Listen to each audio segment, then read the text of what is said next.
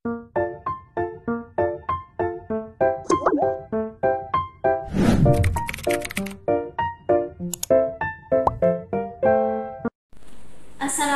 warahmatullahi wabarakatuh. Kami dari kelompok 8 ingin mempresentasikan hasil diskusi kami. Perkenalkan, saya Putri Ayuningsi sebagai moderator untuk berjalannya diskusi kali ini. Adapun anggota dari kelompok kami adalah Valentina Kendek, Reni Irmayanti, dan Musafira. ISO, International Organization for Standardization atau lebih dikenal sebagai ISO, adalah salah satu standar internasional dalam sebuah sistem manajemen untuk pengukuran mutu organisasi yang memegang peranan penting dalam mengukur bagaimana kredibilitas perusahaan yang ingin bersaing secara global dan juga merupakan salah satu cara untuk meningkatkan sistem manajemen mutunya. Tujuan dan manfaat ISO yaitu sebagai berikut. Yang pertama, meningkatkan kredibilitas perusahaan. Yang kedua, meningkatkan kepercayaan konsumen. Yang ketiga, jaminan kualitas sesuai standar internasional. Yang keempat, menghemat biaya. Yang kelima, mengoptimalkan kinerja karyawan. Dan yang keenam, meningkatkan image perusahaan. Mengenal apa itu ISO 9000 dan 9001. ISO 9000 series merupakan standar internasional mengenai sistem manajemen mutu. Standar ini juga berisi unsur-unsur legal wajib yang bertujuan untuk menciptakan rasa nyaman bagi perusahaan. ISO 9000 series mencakup beberapa standar, di antaranya ISO 9001, ISO 9004, dan ISO 19011.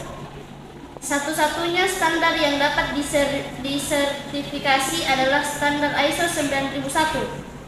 Sedangkan untuk yang lainnya tidak ditujukan untuk mendapat sertifikat atau kontrak.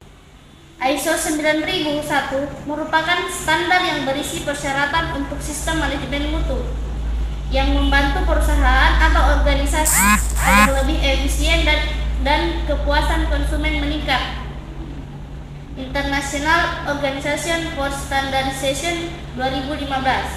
Perusahaan harus memahami persyaratan yang terdapat di ISO 9001 dan mengetahui cara menerapkannya, serta mampu bertahan pada sistem yang telah ditetapkan agar persyaratan tersebut dapat terus-menerus terpenuhi. Sistem manajemen mutu ISO 9001 revisi 2015 berisi tentang yang pertama, penekanan pada keterlibatan kepemimpinan. Yang kedua, pengarahan risiko dan peluang perusahaan secara terstruktur. Yang ketiga, menggunakan bahasa, struktur dan istilah yang umum dan sederhana sehingga memudahkan organisasi yang menggunakan beberapa sistem manajemen. Yang keempat, pengarahan manajemen rantai pasokan yang lebih efektif. Yang kelima, lebih mudah digunakan untuk perusahaan jasa dan perusahaan yang berbasis pengetahuan. Selanjutnya, 7 prinsip yang mendasari sistem manajemen mutu ISO 9001 revisi 2015, yaitu sebagai berikut. Yang pertama, fokus pelanggan. 2, kepemimpinan. 3, keterlibatan orang. 4, pendekatan proses. 5, improvement. 6, pengambilan keputusan berdasarkan bukti. Dan yang ketujuh, manajemen hubungan. Hambatan penerapan sistem manajemen mutu ISO 9001 revisi 2015 diantaranya adalah sebagai berikut. 1. Sumber daya manusia yang terbatas. 2. Struktur organisasi sudah jelas, namun terlalu banyak pekerjaan dalam satu divisi sehingga fokus karyawan mudah terbagi. 3. Tidak ada sosialisasi untuk pihak eksternal dari perusahaan. 4. Kurangnya pengetahuan karyawan mengenai sistem yang baru. 5. Karyawan tidak menjalankan prosedur yang diberikan secara konsisten, bahkan tidak menjalankan prosedur tersebut sama sekali. 6. Pelaksanaan prosedur belum jelas dan tidak rinci. Adapun perusahaan yang telah menerapkan manajemen ISO 9001 yaitu 1. PT Amarta Karya, 2. PT Adikarya, 3. PT Wijaya Karya, 4. 4. PT Kabel Metal Indonesia, dan 5. PT Vauxhall Electric. Baiklah, itulah tadi hasil presentasi dari diskusi kami.